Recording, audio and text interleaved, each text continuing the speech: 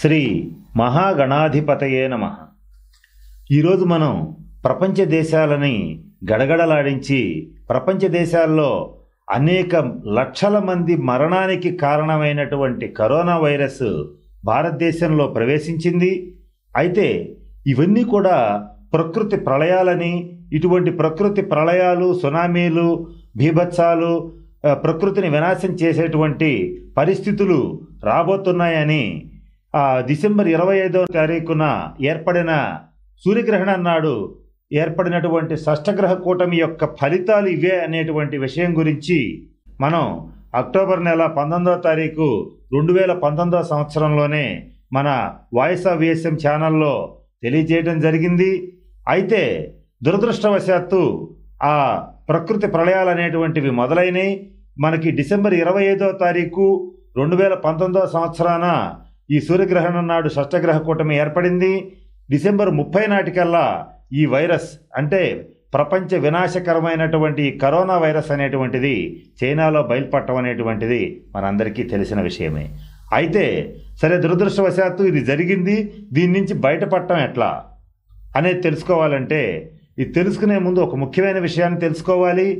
ఇప్పటి వరకు అంటే యాజ్ ఆన్ డేట్ ఈ రోజు వరకు కూడా కరోనాకి మందు అనేటువంటిది కనిపెట్టబడలేదు. అందువలన ప్రపంచంలో ప్రజలందరూ, ముఖ్యంగా భారతదేశంలో, ముఖ్యంగా ఉభయ తెలుగు రాష్ట్రాల్లో ఉన్నటువంటి వాళ్ళందరూ కూడా కొద్దిగా ఆ ప్యానిక్ సిచ్యుయేషన్కి గురవటం అనేటువంటిది జరుగుతోంది. అయితే ఈ మన భారతీయులు, ఉభయ తెలుగు రాష్ట్రాల ప్రజలు భయపడాల్సినంత అవసరం లేదు. ఈ సూర్యగ్రహణం నాడు ఏర్పడినటువంటి షష్టగ్రహ కూటమి ఎటువంటి ప్రాంతాలను వినాశనం చేస్తుందనే విషయంలో పాశ్చాత్య దేశాలని ఇబ్బంది పెడుతుంది, కానీ భారతదేశానికి అంత పెద్ద ప్రమాదం ఉండదు అనేటువంటి విషయాన్ని గతంలో తెలియజేశాం. మరొక్కసారి గుర్తు చేస్తున్నాం. అయినప్పటికీ కూడా ఈ వైరస్ అనేటువంటిది ఎంతో కొంత వినాశనాన్ని కల్పిస్తుంది. కారణం ఏంటంటే, వచ్చింది చిన్న విలయమో ప్రళయమో కాదు, ప్రపంచ ప్రళయం కనుక భారతదేశం మీద దీని ప్రభావం ఎంతో కొంత ఉంటుంది. అది కూడా ఎక్కడి నుంచి వచ్చింది? మనకి విదేశాల నుంచి. అంటే మన దేశీయులు మన భారతదేశంలో పుట్టలేదు, విదేశాల్లో ఉన్నటువంటి మన వారు అక్కడి నుంచి ఇక్కడికి వచ్చినప్పుడు, విదేశీయులు మనకిక్కడికి వచ్చినప్పుడు ఈ కరోనా అనేటువంటిది మన దేశంలో స్ప్రెడ్ అవ్వటం మొదలుపెట్టింది. ఇది మనం కాస్త జాగ్రత్తగా పరిశీలించాలి. అంటే ఇది మన దేశానికి సంబంధించినటువంటిది కాదు. ఈ శాస్త్రీయంగా ఆలోచించినట్లయితే వాళ్ళు చెప్తున్న అంశం ఏమిటి? గబ్బిలాల లాలాజలం నుంచి ఈ వైరస్ పుడుతుంది, లేదా గబ్బిలాల నుంచి పుట్టింది అనేటువంటి అంశాన్ని తెలియచేశారు. భారతదేశంలోనే కాదు, ప్రపంచంలో అన్ని దేశాల్లోనూ గబ్బిలాలు ఉన్నాయి, కానీ ఇప్పటివరకు ఆ వైరస్ రాలేదు. నాకు తెలిసిన పరిజ్ఞానంలో నేను రీసెర్చ్ చేసిన మీదట నాకు అర్థమైన అంశం ఏమిటంటే, ఇది చాలా ముఖ్యమైన విషయం. ఏంటంటే, ఈ వైరస్ అనేటువంటిది గబ్బిలాల నుండి పుట్టిన వైరస్ అయితే కరెక్టే, కానీ అది పూర్తిగా ఆ వైరస్ కాదు. చైనా దేశం వారు బయోవార్ అంటే జీవ రసాయన ఆయుధాలని తయారు చేయడంలో భాగంగా ఈ కరోనా వైరస్ని అన్ని రకాల ఉష్ణోగ్రతలకి, అన్ని రకాల పరిస్థితులకి తట్టుకునే విధంగా దాన్ని బాగా డెవలప్ చేసి ప్రపంచ దేశాల మీదకి వదిలే ప్రయత్నంలో భాగంగా ఈ కుట్రలన్నీ కూడా చైనా దేశం చేయటం అనేటువంటిది జరిగింది. అయితే చెరపకురా చెడేవు అనేటువంటి సామెతలాగా ప్రపంచ దేశాలని నాశనం చేయాలనుకున్నటువంటి ఈ చైనా యొక్క దుష్టబుద్ధి సగం చైనాని నాశనం చేసేటువంటి పరిస్థితి ఏర్పడింది. దురదృష్టవశాత్తు మనం ఒకటి అనుకుంటే భగవంతుడు ఒకటి తలుస్తాడు. ఎదుటి వాళ్ళకి ఇంత అపకారం చేయాలనేటువంటి ఆలోచన వచ్చినందుకు చైనా సగం నాశనం అవటం అనేటువంటిది మనం కళ్ళెదురుగా చూస్తున్నటువంటి సత్యం. అయితే ఏది ఏమైనప్పటికీ కూడా ఈ విషయంలో మనం కొంచెం అప్రమత్తంగానే ఉండవలసిన పరిస్థితులు ఉన్నాయి. అయితే ఈ వైరస్ స్ప్రెడ్ కాకుండా, అంటే భారతదేశంలో విస్తృతంగా, తెలుగు రాష్ట్రాల్లో విస్తృతంగా వెళ్లకుండా ఉండాలంటే ప్రభుత్వం వారు చేపట్టేటువంటి సూచనలన్నింటినీ చేయండి. అయితే దానితో అది చాలా ఇంపార్టెంట్. అయితే దానివల్లనే ఈ వ్యాప్తి ఆగుతుందా?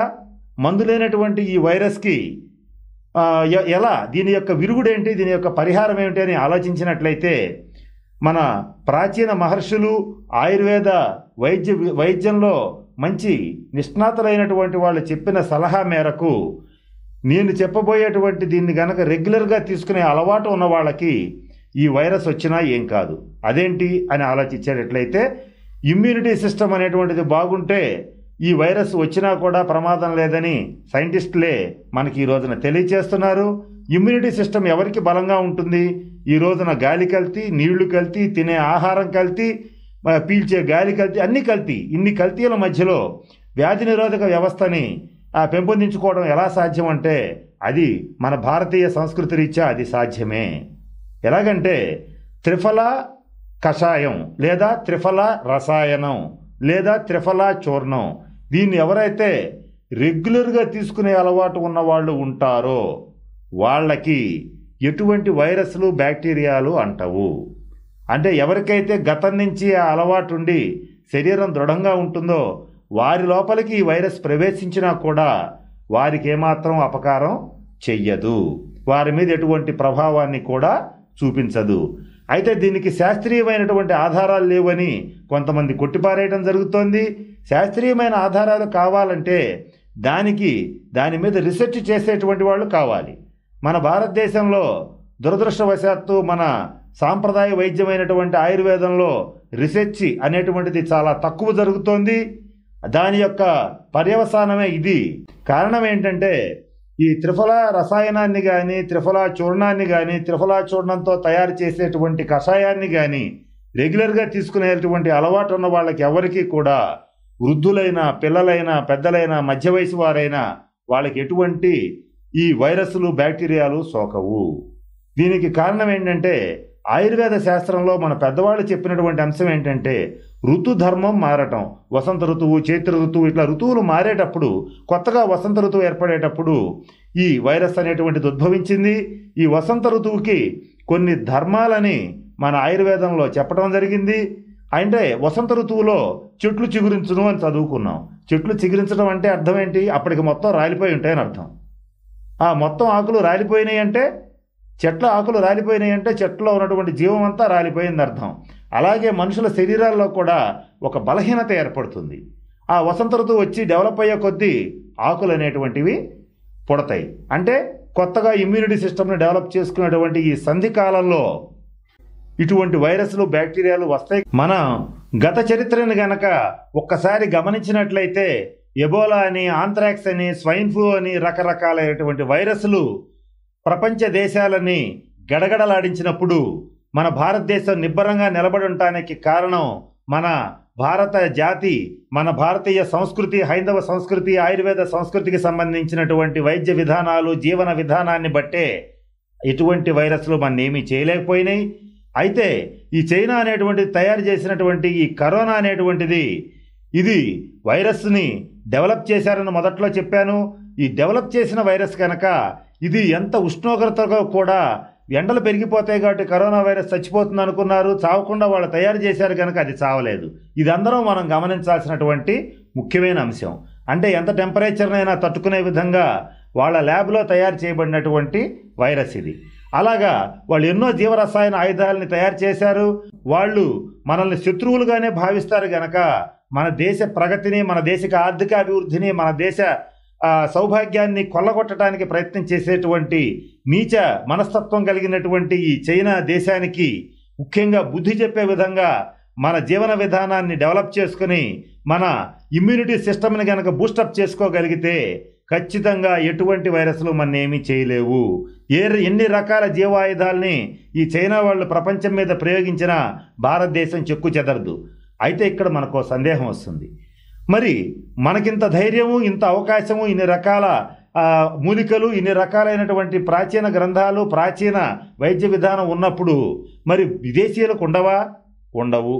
ఎందుకు ఉండవంటే మన దేశంలో ఉన్నటువంటి వాతావరణ పరిస్థితులు వేరు, వాళ్ళ దేశంలో ఉండేటువంటి వాతావరణ పరిస్థితులు వేరు. మనకి అన్ని రకాల ఔషధ మొక్కలు మనకి పుట్టడం, డెవలప్ అవ్వటం అనేటువంటిది జరుగుతుంది. దీన్ని బట్టి తయారు చేయబడినటువంటి ఆయుర్వేద వైద్య విధానం మనకి మాత్రమే సొంతం. అక్కడ వాళ్ళకి అటువంటి మొక్కలు ఉండే అవకాశం లేదు. ఈ తెల్లగలిజేరు, అశ్వగంధ ఇటువంటివన్నీ కూడా వాళ్ళకు ఉండే అవకాశం లేదు. మనకి మాత్రమే ఉండే అవకాశం ఉంది. కాబట్టి భారతదేశంలో పుట్టినందుకు గర్వించి ఇటువంటివన్నీ వాడండి. సరే గతంలో తీసుకునే వాళ్ళకి ఉంటుందన్నారు, బాగుంది. ఇప్పుడేం చెయ్యాలి అంటే చిన్నగా ఒక్కొక్కటి అలవాటు చేసుకోవటం ఇప్పటికైనా మొదలు పెట్టేటట్లయితే భవిష్యత్తులో ఎన్ని రకాల ఇబ్బందులు వచ్చినా కూడా మనల్ని ఏమీ చేయలేనటువంటి పరిస్థితి ఈ చైనాకుంటుంది. ఎప్పుడైతే ఏమీ చేయలేకపోతారో సహజంగానే పాదాక్రాంతం అయ్యేటువంటి పరిస్థితి వాళ్ళకి వచ్చేటువంటి స్థితి ఉంటుంది. అంటే ఇది ఎందుకు చేసుకోవాలి అని అంటే ఎటువంటి పరిస్థితుల్లోనూ చైనా యొక్క దుర్బుద్ధి ఇది మొదలు కాదు, ఇది చివరిది కాదు. కనుక ఎప్పటికైనా మనల్ని మనం ప్రిపేర్ చేసుకోవాలి. కనుక ఇప్పటి నుంచైనా సరే ఈ నేను చెప్పినటువంటి వీటన్నింటినీ కూడా మీ దగ్గరలో ఉన్న ఒక ఆయుర్వేద వైద్యుడిని సంప్రదించి మెల్లిగా మనందరం అలవాటు చేసుకునేటట్లయితే ఏ రకమైన ఇబ్బందులు భవిష్యత్తులో కలగవు. ప్రపంచ దేశాలన్నీ కూడా భారతీయులందరూ నాగరికత లేని వాళ్ళు, ఏ పరిజ్ఞానం లేని వాళ్ళు, అజ్ఞానులు అని విమర్శించినటువంటి వాళ్ళకి జవాబు చెప్పేటువంటి పరిస్థితి జ్యోతిశాస్త్ర రీత్యా భారతదేశానికి రాబోతోంది అనేటువంటి అంశాన్ని మరొకసారి సుస్పష్టం చేస్తున్నాను. దానికి మనం అందరం గనక తయారుగా ఉండేటట్లయితే ఖచ్చితంగా ఎవరికి ఏ రకమైనటువంటి అపకారం జరగదు. అప్పటి వరకు ప్రభుత్వం చెప్పినటువంటి నిబంధనలు పాటించండి. నేను చెప్పినటువంటి విషయాలని కాస్త దృష్టిలో ఉంచుకుని పాటించగలిగితే మరీ మంచిది. కాబట్టి నేను చెప్పిన విధంగా త్రిఫలా చూర్ణాన్ని లేదా త్రిఫలా రసాయనాన్ని, త్రిఫలా కషాయాన్ని స్వీకరిస్తూ అలాగే అశ్వగంధ, శతావరి చూర్ణాలు తీసుకుంటూ మన ఇంట్లో వాడేటువంటి వస్తువుల్లో పసుపు, మిరియాలు, మెంతులు, వెల్లుల్లి, సొంఠి ఇటువంటివి కనుక రెగ్యులర్ ఫుడ్లో భాగంగా చేసుకుంటూ ఉండేటట్లయితే ఖచ్చితంగా వీటి నుంచి బయటపడతాం. సర్వే జనా సుఖినో భవంతు. స్వస్తి. ఈ వీడియో కానీ మీకు నచ్చినట్లయితే లైక్, కామెంట్, షేర్ చేయండి. మరిన్ని అప్డేట్స్ కోసం సబ్స్క్రైబ్ చేయండి.